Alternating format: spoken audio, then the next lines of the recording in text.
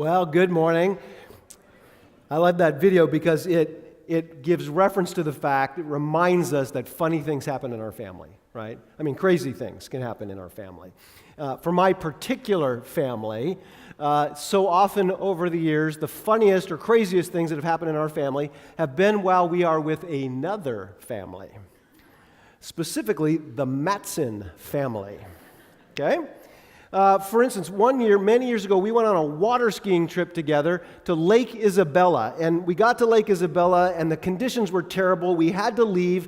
And so we looked at a map, and we found a place called Lake Success, inappropriately named. Because when we took a shortcut that turned out to be a long cut and finally arrived at Lake Success, we discovered the Army Corps of Engineers was draining the lake.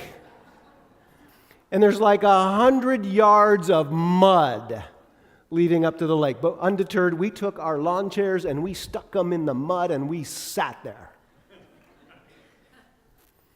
One year when we lived in Missouri, the Matsons showed up to visit us, and one of their daughters got a tick. Now, that's normal in Missouri, not so much in California. And so when Tony, her dad's plan to remove the tick started involving fire, a little yelling may have occurred in the household.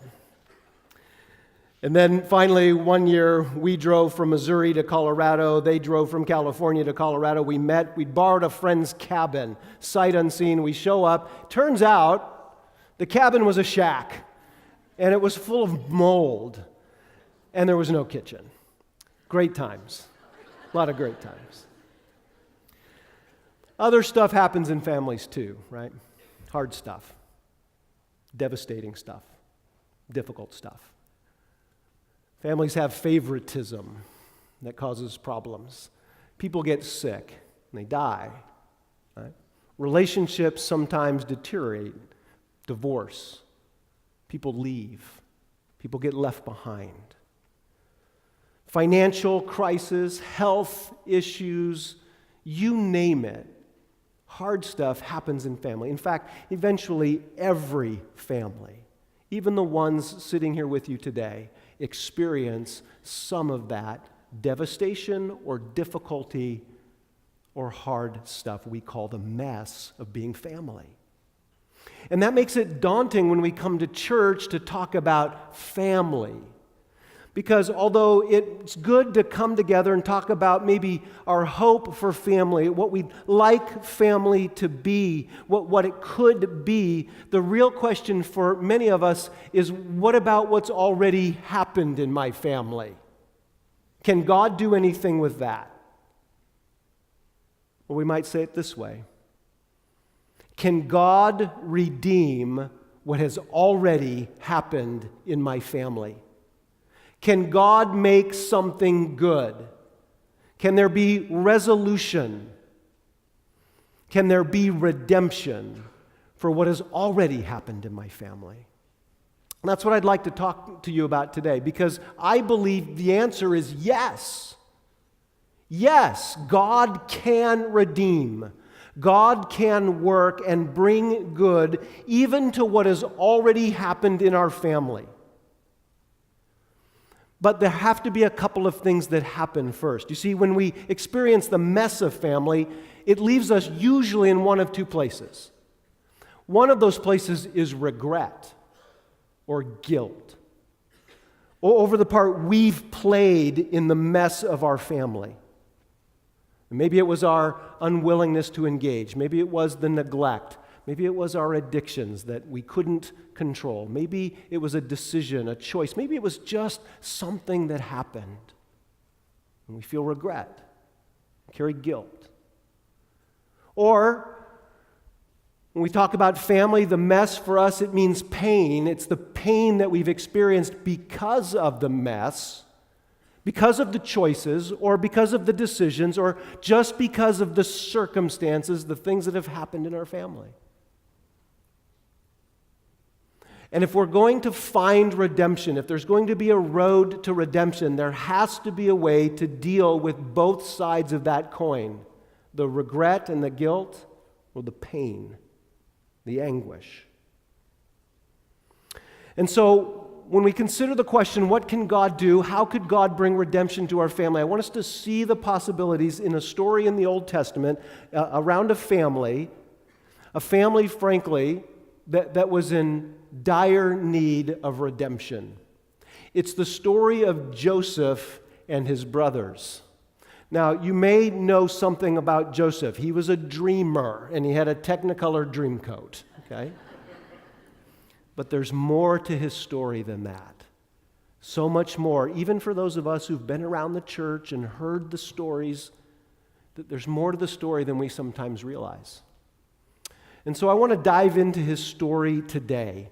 We're going to meet him in Genesis 42, and he and his brothers are going to be on a collision course orchestrated by God.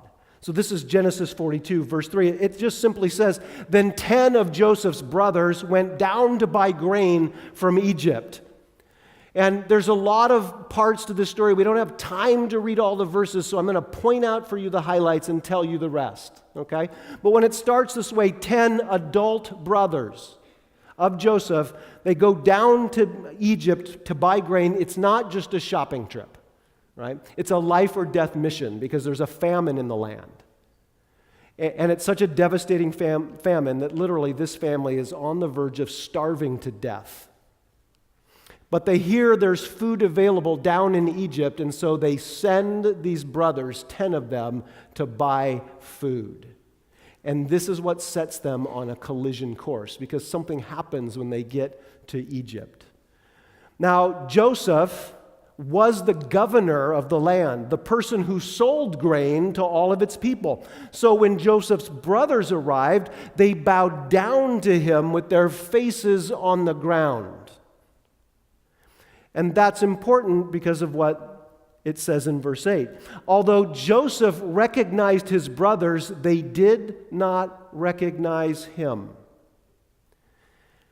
And so they don't know that they have just come face to face with their own brother, who happens to be the one who sells the grain in Egypt. And they don't know it, and they don't recognize it because they haven't seen him in 20 years. 20 years. It's been 20 years since the devastating event that defines their family occurred. You see, their family, the root of their issue was favoritism. The father in the family had a favorite, and it was Joseph, and everybody knew it. Right? Some of you know that pain. You know the pain of not being the favorite, or you know the pain of being the favorite and the pressure that it brings. Well, this created great jealousy in their family between the brothers. And this jealousy boiled over one day into an unthinkable event. The 10 brothers sold Joseph into slavery. Now, these days we have a phrase for that. It's called human trafficking. That's what they did. They were going to kill him, but then they decided they might as well make some money off of him, and they sell him to a band of slave traders. And they go home and cover it up and lie to their father about it, and they live this way for 20 years. For Joseph, on his part, he ends up far from home in Egypt as a slave, a household slave. And he has quite the experience when one day he gets thrown in prison because he rejects the advances of his master's wife, and she doesn't like that, so she gets back at him by having him thrown in prison, and he languishes there for years. That's his experience. But God has given Joseph the ability to interpret dreams, and this gets him noticed, even eventually noticed by the Pharaoh when Joseph interprets one of his dreams. And the Pharaoh comes to trust Joseph so much that eventually, after 20 years, he's now the governor of the entire nation of Egypt. And now, because of something that God has orchestrated, he's collided with this family. And it's a moment of decision. It's an opportunity for redemption. Because the story is set up perfectly, right? Here's Joseph, the victim of this terrible crime, who is now in power. And here are these brothers, the perpetrators of this horrendous crime, and they're on their knees in front of him. And so the story is set up for things to now be made right, for justice to be served, right? For redemption to occur. And we're going to walk through their story and see how God orchestrates this redemption. It's not going to happen in the way that you and I might expect. Notice what it says. This is verse 19. If you are honest men, Joseph says, let one of your brothers stay here in prison while the rest of you go and take grain back for your starving households. Now, this is the end of a lot of story. It's a story where I think Joseph struggles with what to do now that he's reunited with his brothers. He takes advantage of the fact that they don't recognize him, and he's going to set up an elaborate test. And the test is designed to reveal to Joseph whether they have changed, whether redemption is possible, whether he could trust them, or as it says in this verse, if they are honest men now. But Joseph is struggling with exactly how to do it. We know this because Joseph makes a first plan. The first plan is everybody stay in prison here. One of you go home. Because what he's learned from them is there's another brother.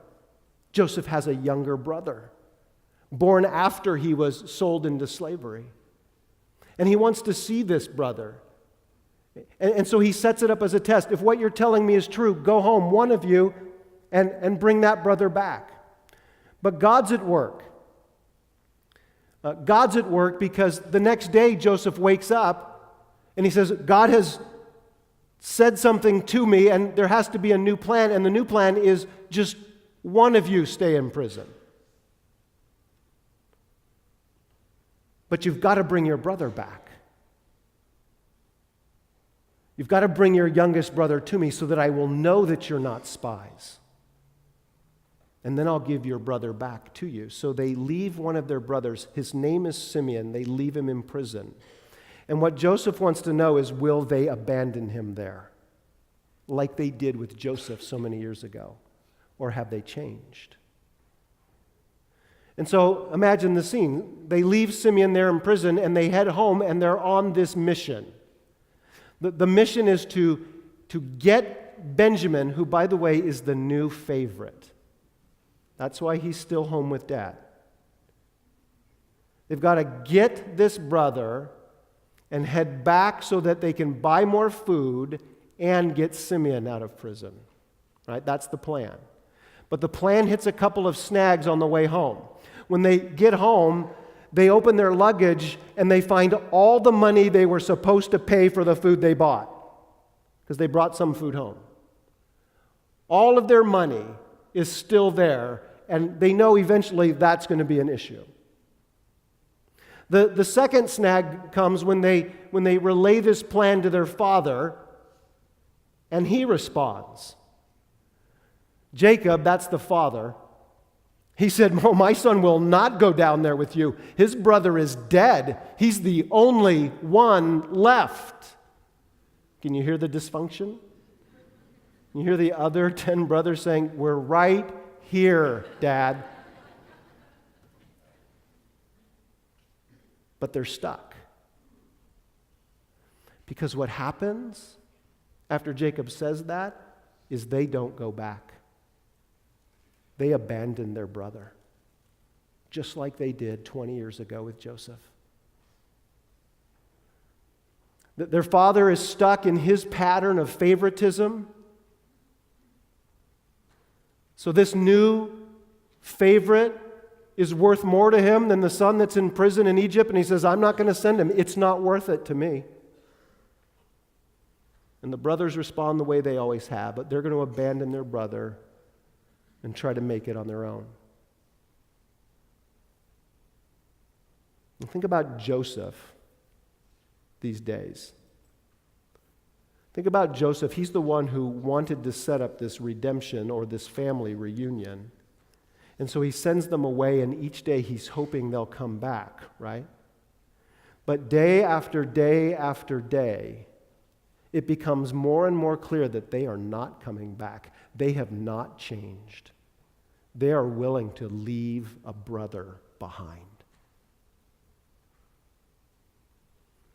And except for God being at work, that's where the story would end. It would end with this question: what would it ever take for there to be redemption? What would God have to do? What would they have to do to make anything different, to get out of these patterns that they have, that this is the way our family works? It works on favoritism and abandonment. Those are our issues. What would it take? What would have to happen? And maybe you are there and have asked that question about your own family. What would happen? Maybe you know what it's like to try and to hope and to wish that redemption would be possible. But every time you take a step, you get let down. You get met by other people who just can't see redemption happening.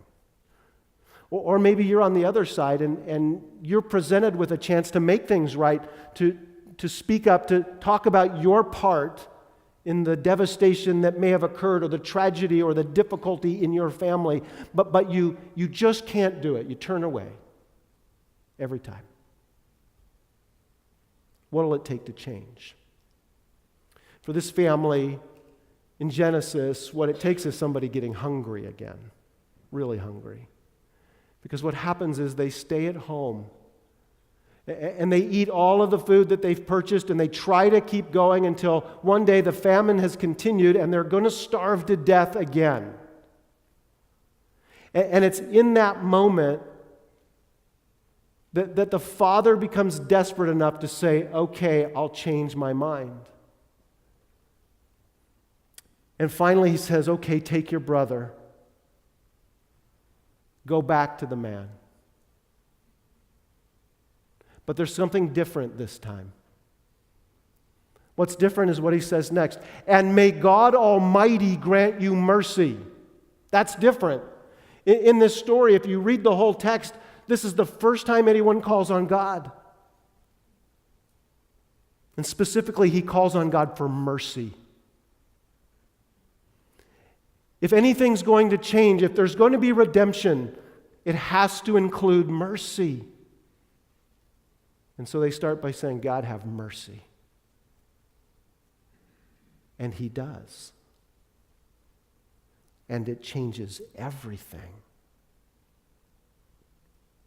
They get back to Egypt, and they're shown into the palace, and they get told that they have to go to Joseph's house.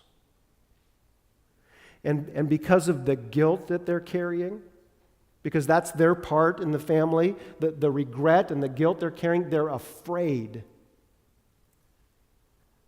And so when they get told, listen, we want you all to go off over here to Joseph's house, this is their reaction. The men were frightened when they were taken to his house. They thought, he wants to attack us and overpower us and seize us as slaves and take our donkeys. And to be honest, we're not sure that's not what Joseph means also. At this point in the story, it isn't clear. And so they're afraid. And because they're afraid, they start babbling, and they start confessing to Joseph's steward, his admin. We got home and the money was in our sacks and we didn't mean to do it, but we brought it back and we brought extra money and all this, and look at the response they get. It's the beginning of mercy. It's all right, he said. Don't be afraid. Your God The God of your father has given you treasure in your sacks. I received your silver." And then he brought Simeon out to them. So this is the beginning of God beginning to work out mercy in this situation.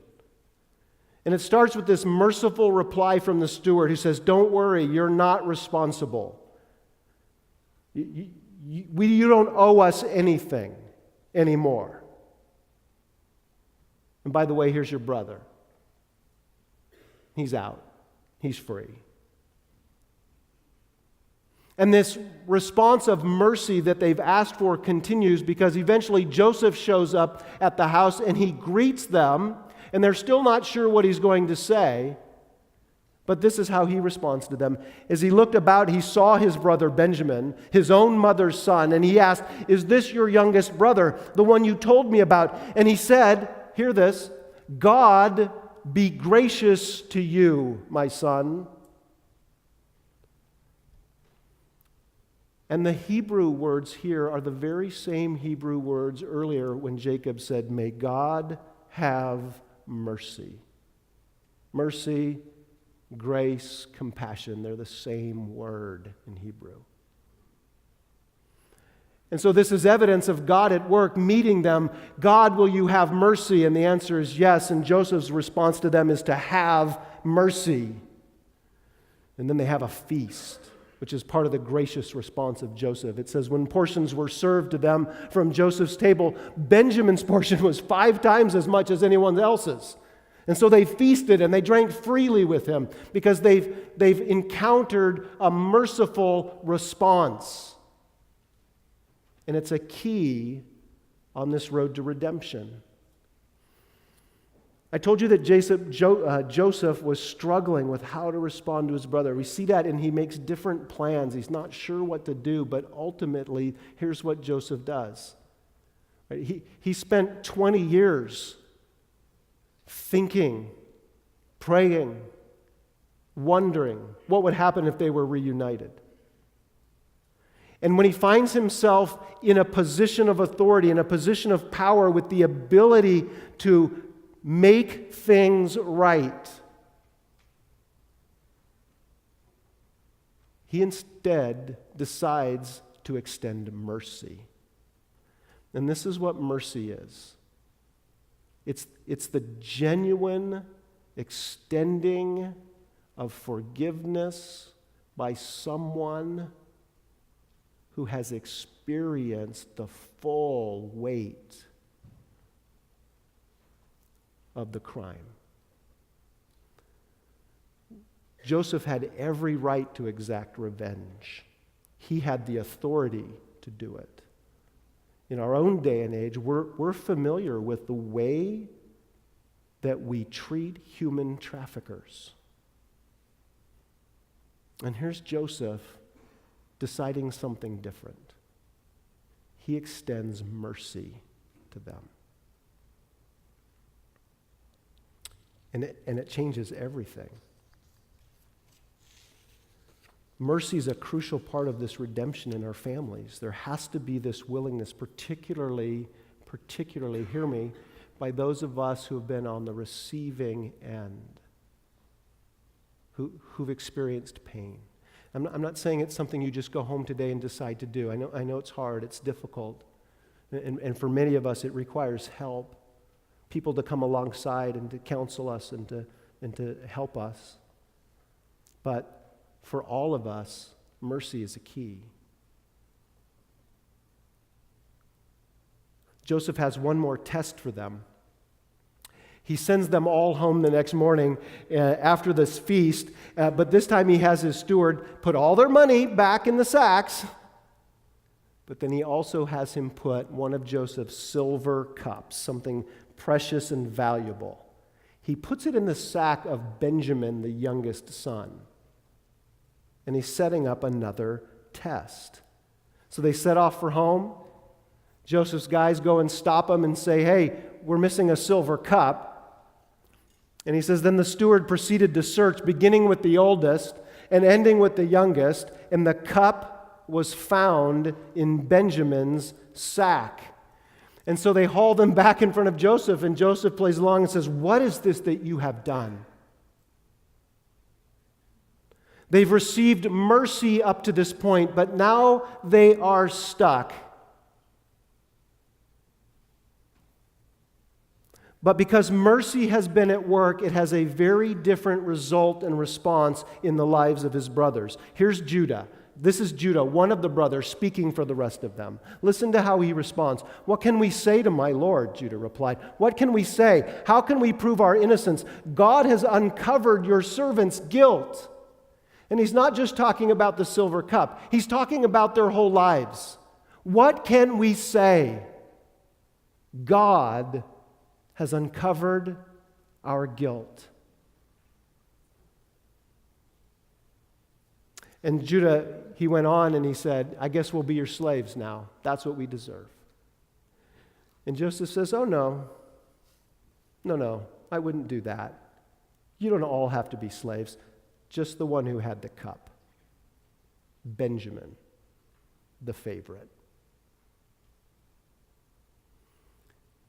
And the test is, would these brothers do what they've always done? Will they abandon one to save themselves, to preserve themselves? Or have they changed? And because mercy's been having its work, there's a very different response this time. Judah says, "Listen, we can't do this. I can't leave this boy with you. Please, let your servant," he means himself, "let your servant remain here as my Lord's slave in place of the boy. Let the boy return with his brothers."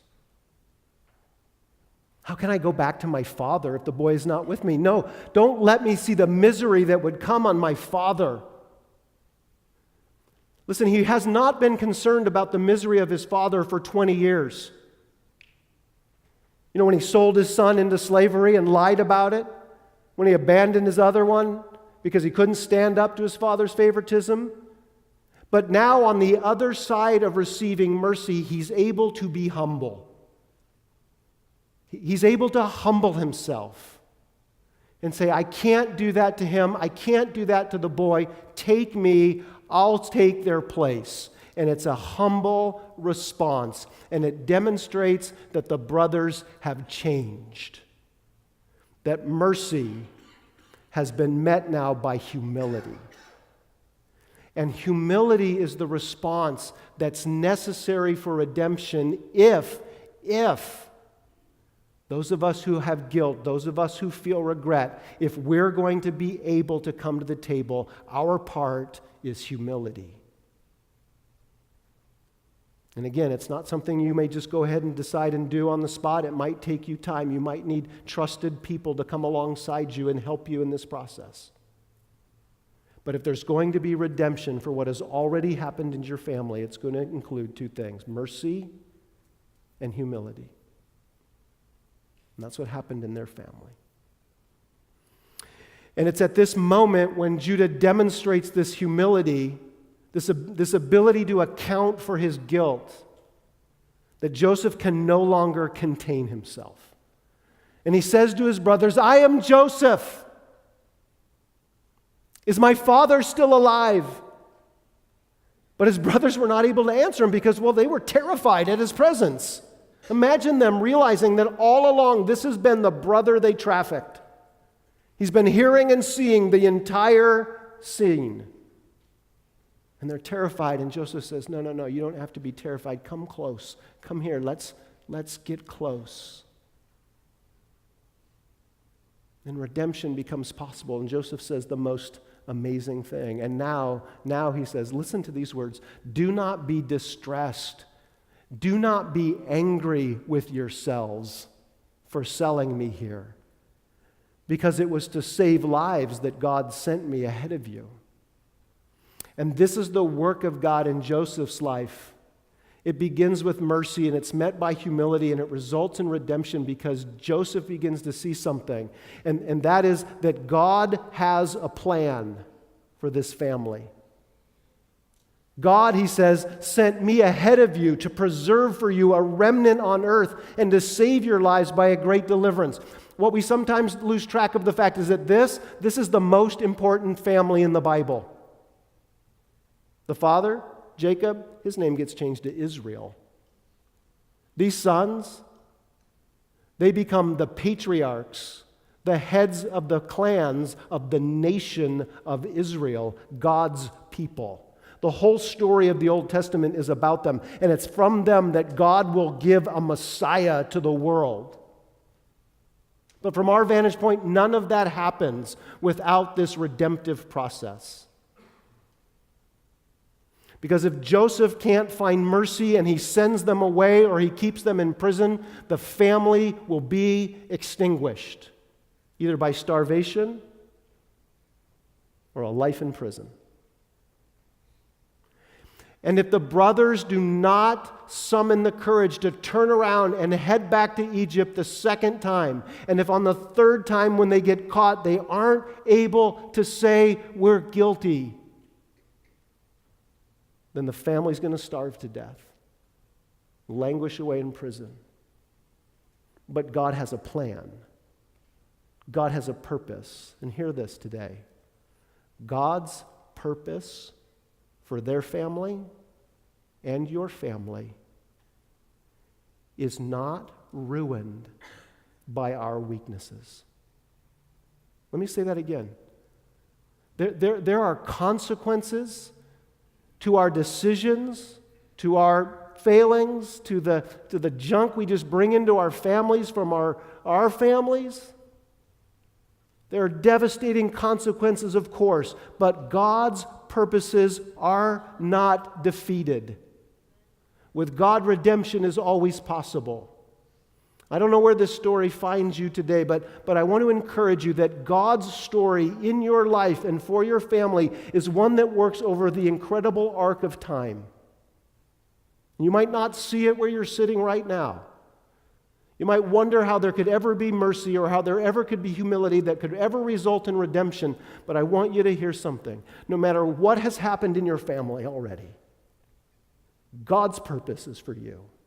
God's plans are not defeated, and He can bring redemption. And that is good. Good news. So I don't know where you find yourself today. Maybe you're in the place of regret and guilt for what you couldn't do or haven't done. Maybe what you did do. I want you to hear that the road to redemption for you begins with humility. And if you're on the side of the coin where you've received pain, where you're even the victim, the road to redemption for you is going to start with mercy. Real mercy. And through these things, God can and will redeem what's happened in your family because His promises, His purposes, His plan for you and your family, they stand. Let's pray together today.